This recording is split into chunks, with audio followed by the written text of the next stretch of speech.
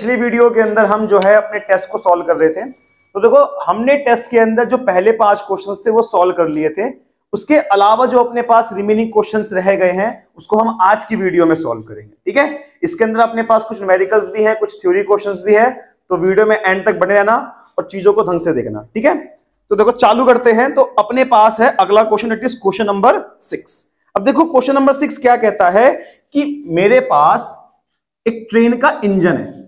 ठीक है, तो जो ये ट्रेन का इंजन है, इस इंजन का वेट कितना है? तो देखो इंजन का वेट है 8000 kgs। ठीक है, और इस इंजन के साथ साथ में अपने पास 5 डब्बे और लगे हुए हैं, दैट इज वैगन नंबर 1, ये 1 हो गया, ये 2 हो गया, ये 3 हो गया, ये 4 हो गया और ये 5 हो गया। और ये जितने भी वैगन हैं सबका वेट कितना है अपने पास? 2000 किलो। मतलब ईच वैगन का वेट कितना है? 2000 किलो।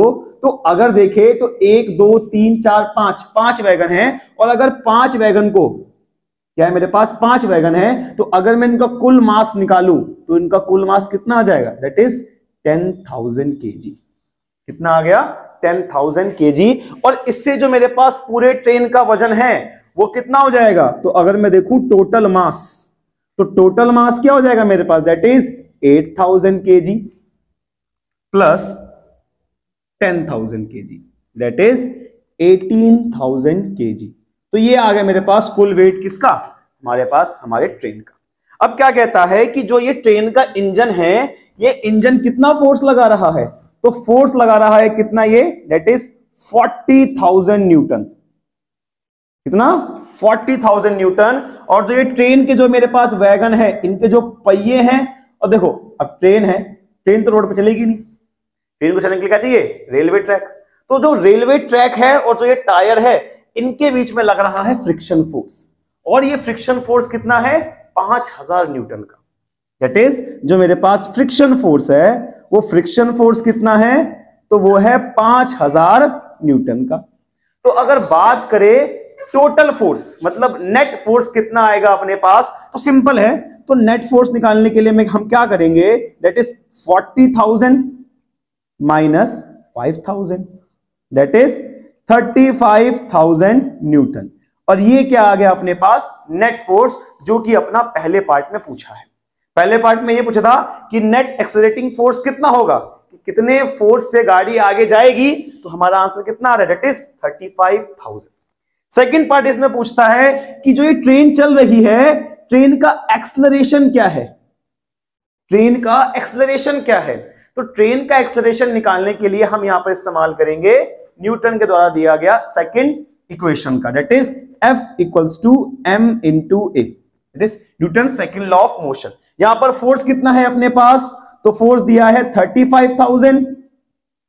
मास कितना दिया है अपने पास? तो ये हमने शुरुआत में निकाल लिया था, दैट इज 18,000 इंटू में एक्सेलरेशन। तो एक्सेलरेशन क्या हो जाएगा मेरे पास? दैट इज 35,000 डिवाइड में 18,000। अब अगर इनको कट किया जाए तो कितना आएगा? 18 1 जा 18, 18 2 जा क्या होता है मेरे पास? 36। ये वैल्यू क्या है? थोड़ी उसके क्लोज है, तो यहां पर लिख सकते हैं हम 1.9। तो जो मेरे पास एक्सेलरेशन है वो कितना आ गया? दैट इज 1.9 मीटर पर सेकेंड स्क्वायर।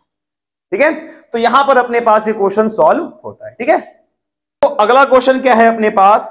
Question number 7। ठीक है, तो देखो क्वेश्चन नंबर 7 क्या कहता है? Why sound waves are called mechanical waves. Sound waves को हम मैकेनिकल वेव्स क्यों कहते हैं? सिंपल रीजन है, साउंड वेव्स को मैकेनिकल वेव इसलिए बोलते हैं क्योंकि उनको किसी ना किसी मीडियम की रिक्वायरमेंट होती है अपने आप को ट्रेवल करने के लिए। और ऐसी वेव्स जिनको किसी मीडियम की रिक्वायरमेंट होगी, उन वेव्स को हम क्या बोलेंगे? मैकेनिकल वेव्स बोलेंगे। तो लिखते हैं अपना answer number 7, that sound waves are called mechanical waves because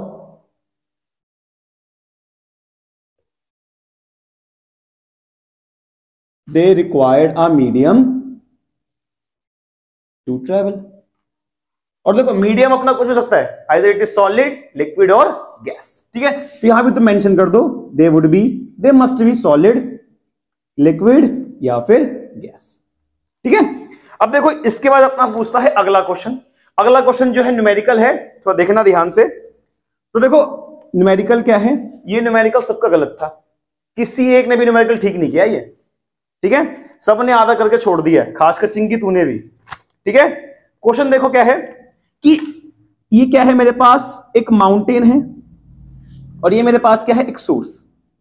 तो क्या है, इस सोर्स से क्या है, साउंड निकल रही है और जा रही है। ठीक है, तो क्वेश्चन बोलता है an echo return in 3 second, एक एको जो है 3 सेकेंड के बाद वापस आ रही। अब एको क्या होता है, तो एको क्या होता है कि जो हमारे पास जो भी हम बोलते हैं तो वो आवाज क्या है, एक डिस्टेंस के बाद जाकर गूंजती है। तो गूंजने का मतलब क्या है, साउंड रिफ्लेक्ट हो रही है।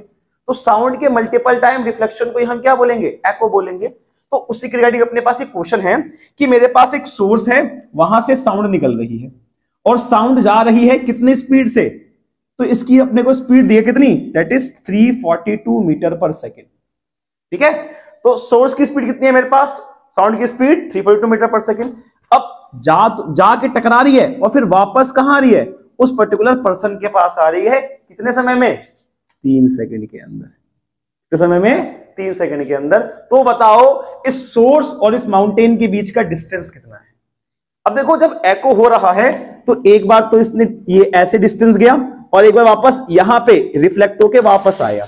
तो देखोगे यहां पे तो डिस्टेंस 2 बार है, एक बार जाने वाला, एक बार आने वाला। ठीक है, तो सिंपल फॉर्मूला अपने पास क्या, दैट इज डिस्टेंस कितना हो गया, अगर एक साइड का डी है तो दो साइड का क्या हो जाएगा, 2d। तो देखो फॉर्मूला क्या होता है मेरे पास, distance equals to speed into में टाइम। तो डिस्टेंस 2d, स्पीड कितना है मेरे पास 342, टाइम कितना है अपने पास 3 सेकेंड। तो डिस्टेंस क्या हो जाएगा 342 इंटू 3/2, 2 से काट देंगे इसको, कितना आएगा ये मेरे पास 171, दैट इज 171 इंटू में 3, 3 एकम 3, 513 मीटर। तो इट मींस जो अपने पास डिस्टेंस है उस पर्टिकुलर सोर्स का और माउंटेन का कितना है, वो 513 मीटर। मोहित ढंग से पढ़ लियो इस बार, अगर फेल हुआ तो मारूंगा बहुत। चलो भाई अगला क्वेश्चन जो है, ये क्वेश्चन अपने पास पावर से है। ये क्वेश्चन बहुत इजी क्वेश्चन है, बहुत ज्यादा इजी क्वेश्चन है। देखो क्या कहता है, क्या है, अपने पास 2 लड़के हैं, ये बॉय नंबर 1, क्वेश्चन नंबर 8 है ये। ठीक है, बॉय नंबर 1 और बॉय नंबर 2। ठीक है, तो बॉय नंबर 1 एक काम करता है और जब वो काम करता है तो वो कितनी एनर्जी खर्च करता है, तो जो उसने पावर लगाई वो कितनी है मेरे पास, जो उसने एनर्जी खर्च करी वो है 400 जूल। और सेकंड पर्सन भी सेम वही काम करता है और जो इसका वर्क है वो कितना हुआ है इसका, दैट इज 100 जूल। बॉय ए काम करता है इसको 20 सेकंड में और बॉय बी सेम काम करता है कितने में, 10 सेकंड में। तो बताना है दोनों के बीच में जो पावर का डिफरेंस है, फिर जो पावर का रेशियो है, वो पावर का रेशियो क्या होगा। ठीक है, देखो पावर बेसिकली होता क्या है, दैट इज वर्क अपॉन में टाइम। फॉर्मूला क्या अपने पास पावर का, वर्क अपॉन में टाइम। तो देखो पहले का वर्क कितना है 400, टाइम कितना है 20, कट गया कितना आ गया, दैट इज 20। तो जो बॉय 1 है वो काम कर रहा है कितने में, 20 में। ठीक है, तो 20 जूल क्या हो गया उसका, 20 वॉट उसका पावर हो गया। ठीक है, सेकंड का अपने पास पावर क्या होगा, दैट इज 100 अपॉन में 10, दैट इज 10 वॉट। अब पूछा है इनके पावर का रेशियो क्या होगा, इनके पावर का रेशियो क्या होगा। तो इसको मानते हैं पावर 1, इसको मानते हैं पावर 2। तो पावर 1 और पावर 2 का रेशियो क्या होगा, दैट इज 20 वॉट अपॉन में 10 वॉट, दैट इज 2:1। खत्म क्वेश्चन, इतना इजी क्वेश्चन था। ठीक है, सिंपल, इसमें हमको ध्यान रखना है that power equals to work done upon में टाइम होता है। ठीक है, चलो अब बढ़ते हैं अपने अगले क्वेश्चन के ऊपर। ठीक है, अगला क्वेश्चन क्या है, that when a carpet is beaten with a stick dust come out, कि किसी भी अगर मैं कारपेट को मारता हूं तो कारपेट को मारने के बाद क्या है, धूल निकलती है, मिट्टी निकलती है, क्यों। सिंपल सा है, देखो जो अपने पास कारपेट है वो किस में है, रेस्ट में, और जो कारपेट के पार्टिकल्स है वो भी किस में है, रेस्ट में। बट जब मैं उसको इसे डंडे से मारूंगा तो उसके पार्टिकल किस में आ जाएंगे, मोशन में आ जाएंगे, बट उनको रहना किस में है, रेस्ट में रहना है। तो due to inertia of rest वो जो पार्टिकल्स हैं वो क्या करेंगे, कारपेट से गिरकर नीचे गिर जाएंगे। ठीक है, तो चलो सॉल्व करते हैं, इसको लिखते हैं। Answer number 9, that when a carpet is beaten,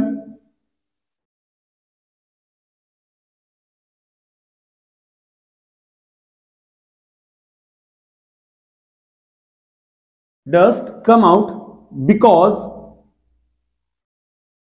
the carpet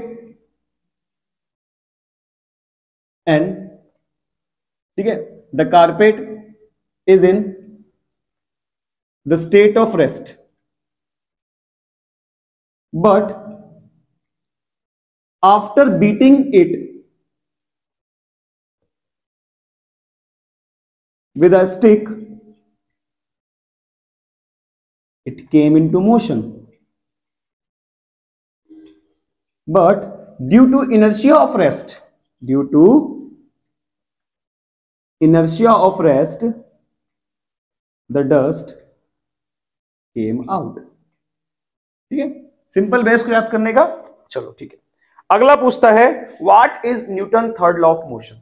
Newton के द्वारा दिया गया थर्ड लॉ ऑफ मोशन है क्या, तो देखो सबसे इजी मोशन तो अपने पास यही है, that every action has an equal and opposite reaction, जिसका मैग्नीट्यूड क्या होगा, वैल्यू क्या होगी, सेम होगी, बट डायरेक्शन क्या होगा, अलग होगा।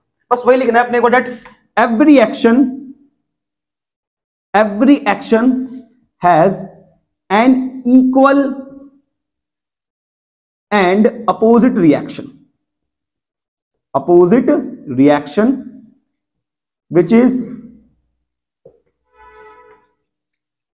equal in magnitude but opposite in direction। खत्म ये क्वेश्चन भी। ठीक है, अब अपने पास सिर्फ रह गए हैं 2 क्वेश्चन। ठीक है, तो इनको चालू करते हैं। ठीक है, चलो फिर। तो देखो अब बढ़ते हैं हम क्वेश्चन नंबर 10 के टूवर्ड। ठीक है, क्वेश्चन नंबर 10 जो है अपने पास 2 न्यूमेरिकल है, और ये दोनों न्यूमेरिकल बहुत इंपॉर्टेंट है पेपर के लिए। ठीक है, चालू करते हैं। पहला न्यूमेरिकल क्या है, क्या कहता है, a boy of mass 55 kg run up a staircase of 50 steps in 10 second, if the height of each step is 10 centimetre find his power. एक लड़का है, ठीक है, ये लड़का है मान लो मोनू, और इस मोनू का वेट कितना है, तो जी वेट है इसका 55 किलो। अब भाई मोनू मोटा नहीं है, पतला ही है, ठीक है, और ये चढ़ रहा है सीढ़ियां। अब देखो जो सीढ़ियां हैं, ये सीढ़ियों की अपने को देखिए नंबर्स, तो अपने पास कुल कितनी सीढ़ियां हैं, 50, और हर एक सीढ़ी की जो हाइट है वो हाइट कितनी है, डेट इज 10 सेंटीमीटर। ठीक है, अब मोनू इतना फुर्तीला है कि मोनू जो ये 50 सीढ़ियां हैं ये चढ़ पा रहा है कितने में, सिर्फ 10 सेकंड में। क्या बात है मोनू। ठीक है, तो बताना है कि मोनू ने अपने टांगों से कितनी पावर निकाली। तो देखो अब अगर मैं कोई क्वेश्चन सॉल्व करना है तो मेरे को सबसे पहले क्या निकालना पड़ेगा कि जो ये सीढ़ियां हैं इनकी हाइट कितनी है। देखो अगर हर एक सीढ़ी जो है वो 10 सेंटीमीटर की है, तो अगर मैं इसको चेंज करूं मीटर में तो कितना हो जाएगा, डेट 10/100, डेट इज 0.1 मीटर। और कुल कितनी सीढ़ियां हैं, 50, तो मेरे पास टोटल हाइट क्या आ जाएगी, डेट इज 0.1 इंटू 50, यहां से हटाया पॉइंट, नीचे 10 आ गया, ये 0, डेट इज 5 मीटर। इसका मतलब जो टोटल हाइट है सीढ़ियों की वो कितनी है, 5 मीटर। टाइम मेरा कितना, 10 सेकेंड, और इसका अपने को वेट दे रखा है। अब देखो अगर मोनू सीढ़े चढ़ रहा है तो जब ये चढ़ेगा ऊपर की ओर तो ये क्या करेगा, कुछ ना कुछ एनर्जी अटेन करेगा। अब हाइट के बाद एक ऑब्जेक्ट के पास कौन सी एनर्जी होती है, कौन सी, पोटेंशियल एनर्जी। तो यहां पे लगाएंगे फॉर्मूला किसका, पोटेंशियल एनर्जी का, डेट इज mgh। और क्वेश्चन में अपने को दे रखा है कि हमको जी क्या लेना है, 10 मीटर पर सेकेंड, मतलब जी की वैल्यू अपने को 10 लेनी है। बस यहां वैल्यूज पुट करो तो अपने पे क्या निकल जाएगी, अपनी एनर्जी निकल जाएगी। डेट मास कितना है, 55, जी 10, हाइट कितना है 50, 5, तो कितना हो गया डेट इज 55 इंटू 50, कितना आ जाएगा अपने पास अगर मल्टीप्लाई करेंगे तो इसको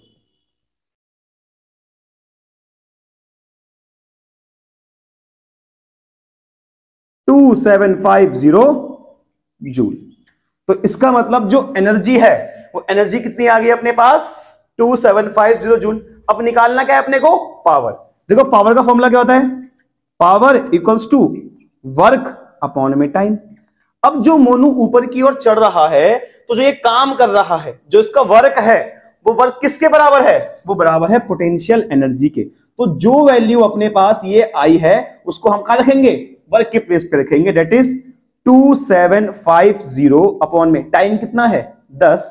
अगर मैं इसको सॉल्व करूं तो कितना आ गया, डेट इज 275 वॉट। इसका मतलब जो मोनू भाई साहब हैं वो 275 वॉट पावर लगाकर क्या कर रहे हैं, सीढ़ियां चढ़ रहे हैं। ठीक है, चलो ये देख लो एक बार, फिर बढ़ते हैं अगले क्वेश्चन पे। चलो फिर ठीक है, देखो नेक्स्ट पार्ट क्या है। A body of mass 5 kg is thrown vertically upward with the initial velocity of 50 meter per second. What is its potential energy at end of 5 seconds? चलो जी निकालते हैं। क्या है, मेरे पास एक बॉडी है, मान लो ये मेरे पास एक बॉडी है, ठीक है। इस बॉडी का मास कितना है 5 किलो, ठीक है। और जब मैं इसको ऊपर की ओर फेंक रहा हूं तो इसकी वेलोसिटी कितनी होगी 50 मीटर पर सेकेंड, ठीक है। तो अगर मैं इसको ऊपर की ओर फेंकूंगा तो क्या होगा, ये एक हाइट तक जाएगा और उस हाइट के बाद क्या है, ये उसके ऊपर नहीं जा पाएगा। इट मींस इस पॉइंट पर क्या हुआ, इसकी वेलोसिटी 0 हो गई। तो अपने को जो वेलोसिटी दी है वो कौन सी है, इनिशियल, कितनी 50। और जब ये हाइट पे आके रुक गई फिर यहां से वापस नीचे आएगी, तो ये जो जहां पे आके रुक रही है ये वेलोसिटी कितनी है, ये है 0। तो इट मींस अगर कहा जाए तो जो मेरे पास इनिशियल वेलोसिटी है, क्या है, जो इनिशियल वेलोसिटी है दैट इज u, कितनी दी है 50 मीटर पर सेकेंड। मास कितना दिया है बॉडी का,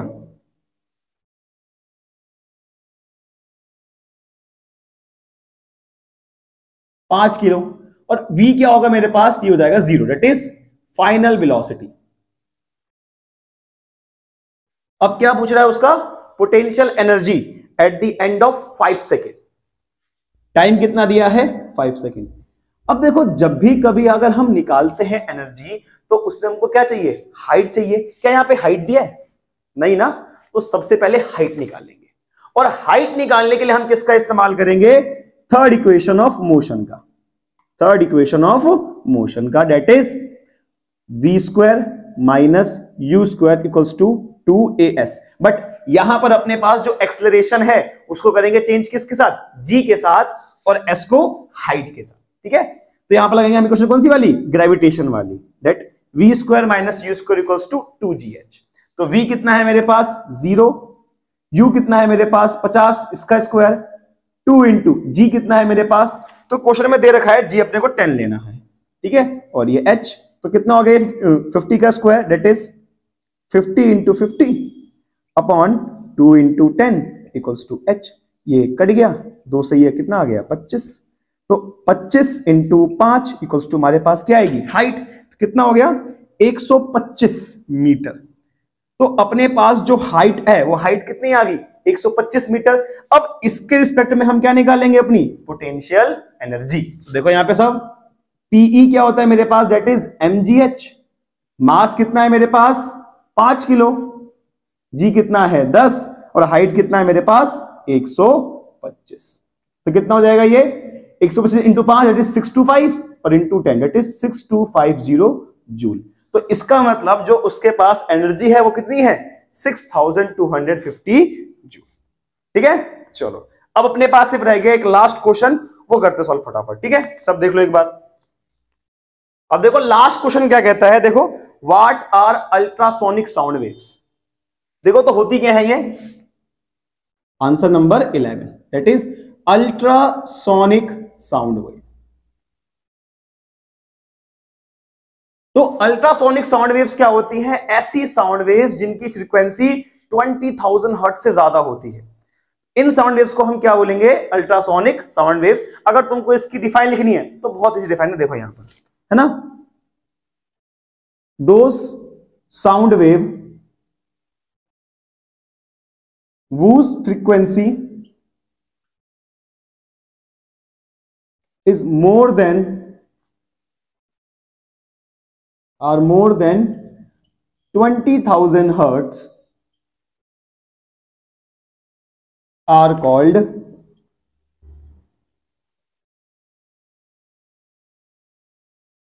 अल्ट्रासोनिक साउंड वेव्स। ठीक है, अब पूछता है इसके एप्लीकेशंस क्या क्या है, कहां कहां पे इसका इस्तेमाल करते हैं। तो देखो इसका इस्तेमाल हम कहां कहां कर सकते हैं। तो अगर बात करें इसके एप्लीकेशंस के बारे में, तो एक तो क्या हो गया अपने पास हॉस्पिटल्स के अंदर, है ना, इसका इस्तेमाल वहां करते हैं हॉस्पिटल में। उसके अलावा इसका इस्तेमाल और क्या कर सकते हैं, that is detect any crack in metal blocks. जो अपने पास बड़ी बड़ी जो बिल्डिंग्स होती है उनके अंदर अगर किसी मेटल के पीस में क्रैक आ गया है तो उसको जांचने के लिए भी हम क्या करते हैं, इन यूवी साउंड वेव्स का इस्तेमाल करते हैं। ठीक है, तो ये तो हो गया अपने पास फर्स्ट पार्ट। सेकंड पार्ट पूछता है कि वो कौन सा जानवर है जो कि ये प्रोड्यूस करता है। तो वो है बैट्स या फिर व्हेल। तो ये अपने पास वो जानवर है जो कि क्या करते हैं, ये साउंड वेव को प्रोड्यूस करते हैं। ठीक है, चलो थैंक यू। तो यहां पर अपने पास पेपर जो है वो सॉल्व होता है। होप सो तुम लोग वीडियो को एंड तक देखना और जो भी तुम्हारे डाउट निकलते हैं क्लास के अंदर, ठीक है, उसको हम सॉल्व करेंगे और आने वाली वीडियोस के अंदर हम कुछ एक्स्ट्रा करेंगे जिससे तुमको आगे जाकर और बेनिफिट हो। ठीक है, गुड बाय।